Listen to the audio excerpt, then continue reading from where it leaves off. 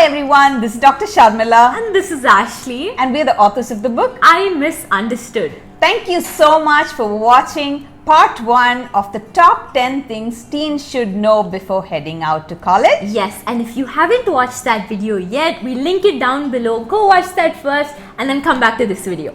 So we're super excited to share with you the second part of the top 10 things that teens should know before heading out to college.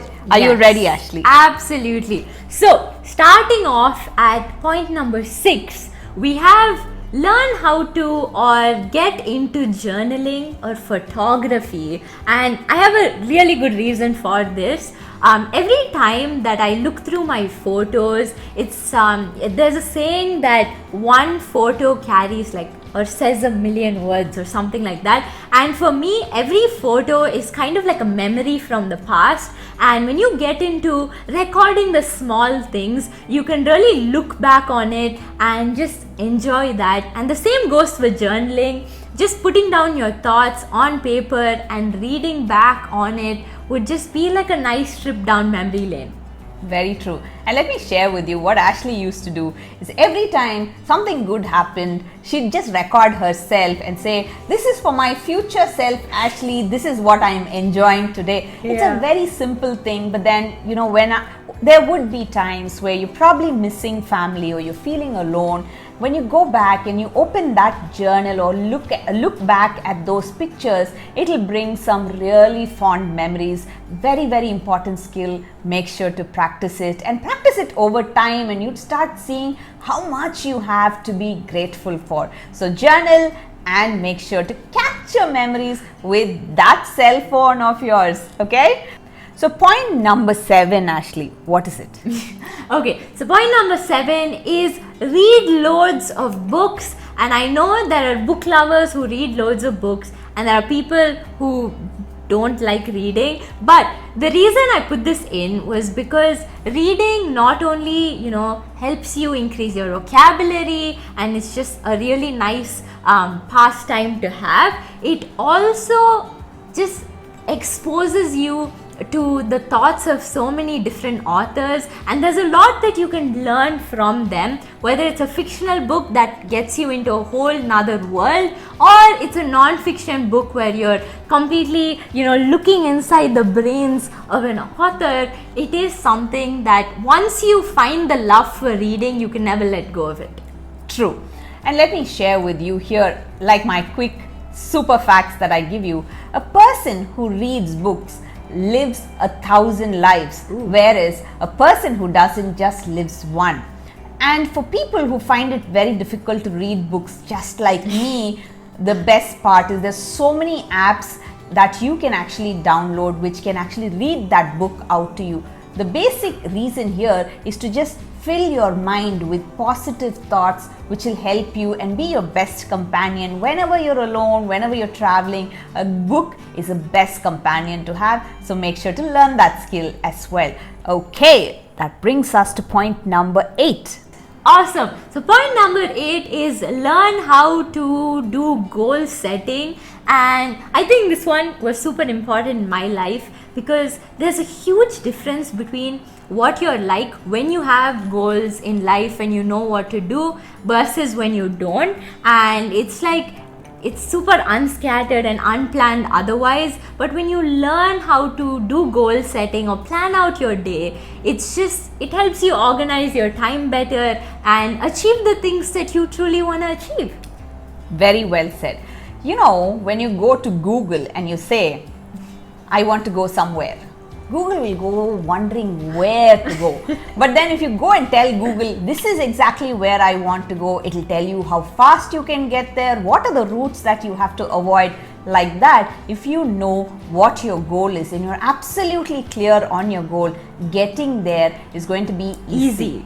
Oh, I like that. Okay. So the reason I'm saying this is not only for college preparation, but even for your life. When you become a successful business owner or you take up a great job, having goals and achieving it will make you feel super good about yourself, and that's what leaders do. Okay, so point number 9. point number 9. Yes. Point number 9 is being okay with change.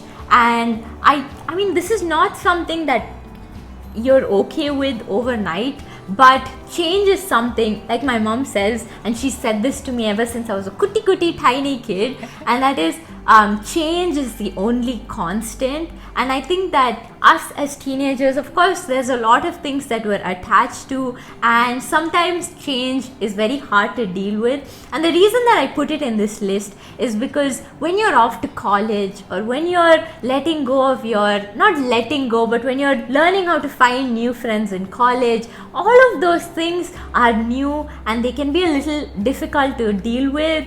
But change is, can you give us the butterfly example? Yes. Okay. When you're in school, I'd say you're more like this caterpillar turning into a pupa and all of that. But when you're out there in college, that's when you open your wings and you start flying.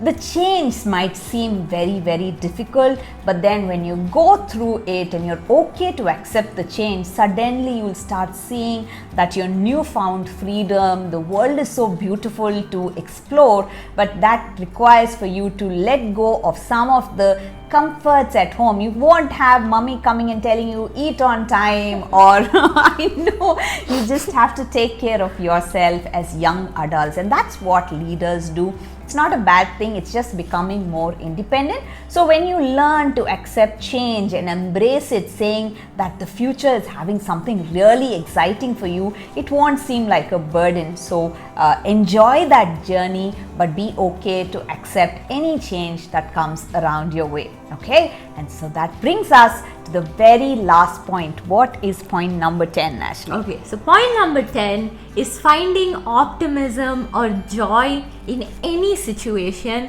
And the reason I wanted to put this in was because as kids, we're obviously sheltered by our parents, and there's a lot of love, and we might not always see the real world or the other not so nice parts of it. But as we become adults, oh my god, I'm gonna become an adult, Jesus, I have to make another video about this. Actually, turning an adult is a separate video, guys. Stay tuned for that. Yeah, that's coming very, very soon, and I'm sure that my mom is going to rant and yes. Okay, anyways, so basically, sometimes even with change, you might not understand because that change might be something that's difficult to deal with, but finding optimism and joy even in the small things truly makes the world of a difference. Especially now, even during COVID times, we've learned how to be okay with what we have and staying inside and all of that. So that's just one of the examples where you need to learn to be okay with change and also learn to be happy with that. Absolutely. Positivity, finding that rainbow at the end of that cloud is something that will keep you cheerful, and that's a very, very important skill, because every day is going to be very different in college, and there's going to be ups and downs, new experiences and all of that. But if you find one thing to be happy about, one thing to be positive about, your journey is actually going to be that much more beautiful, and that's what leaders do. We are here in the process of turning you into a young leader. So stay tuned for more of these leadership series. Yes, and one thing before we go, we would love to know what your biggest tip for teenagers who are turning adults is. So what's something that you think every single teenager should learn before becoming an adult? We would love to know. So comment in the comments down below, and I can't wait to read it. Yes. Make sure to subscribe, stay tuned, and watch out for more tips and tricks on how to become young leaders.